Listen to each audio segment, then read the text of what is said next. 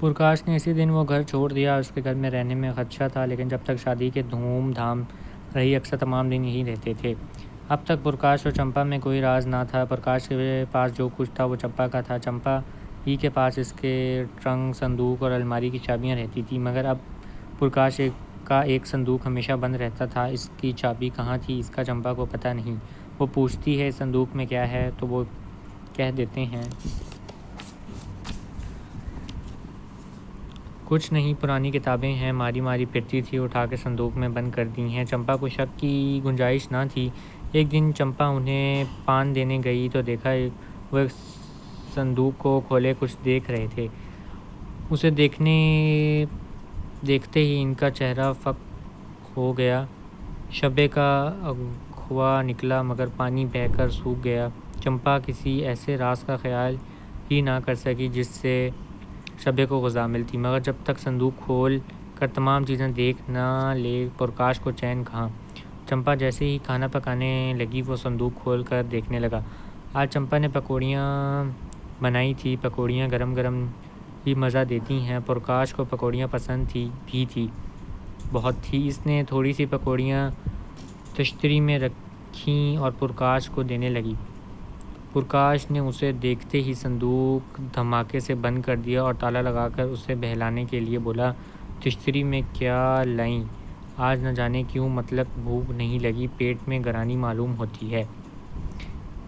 ایک دن ایک پھیری والا بساتی پرانی چابیاں بیچنے آ نکلا۔ چمپا نے اس تالے کی چابی خرید لی اور صندوق کھول ڈالا۔ ارے یہ تو زیور ہیں۔ اس نے ایک ایک زیور نکال کر دیکھا، یہ کہاں سے آ گئے؟ مجھ سے تو کبھی ان کے متعلق بات چیت نہیں کی۔ معاً اس کے دل میں یہ خیال گزرا، یہ زیورات ٹھاکر صاحب کے تو نہیں؟ چیزیں وہی تھیں جن کا تذکرہ کرتے رہتے تھے۔ اسے اب کوئی شک نہیں رہا، لیکن اتنی بڑی شرم و ندامت سے اس کا سر جھک گیا۔ اس نے ایک دم صندوق بند کر دیا اور پلنگ پر لیٹ کر سوچنے لگی، ان کی اتنی ہمت پڑی کیسے؟ یہ کمینہ خواہش ان کے من میں آئی کیسے؟ میں نے تو کبھی زیوروں کے لیے انہیں تنگ نہیں کیا، اگر تنگ بھی کرتی تو کیا اس کا مطلب یہ ہوتا کہ وہ چوری کر کے لائیں؟ چوری زیوروں کے لیے ان کا ضمیر اتنا کمزور کیوں ہو گیا؟ اس دن سے چمپا کچھ اداس رہنے لگی۔ پرکاش سے وہ محبت نہ رہی، نہ وہ عزت کا جذبہ۔ بات بات پر تکرار ہو جاتی۔ پہلے دونوں ایک دوسرے سے دل کی بات کہتے تھے، مستقبل کے منصوبے باندھتے تھے، آپس میں ہم وردی تھی، مگر اب دونوں میں کئی دن تک آپس میں ایک بات بھی نہ ہوتی۔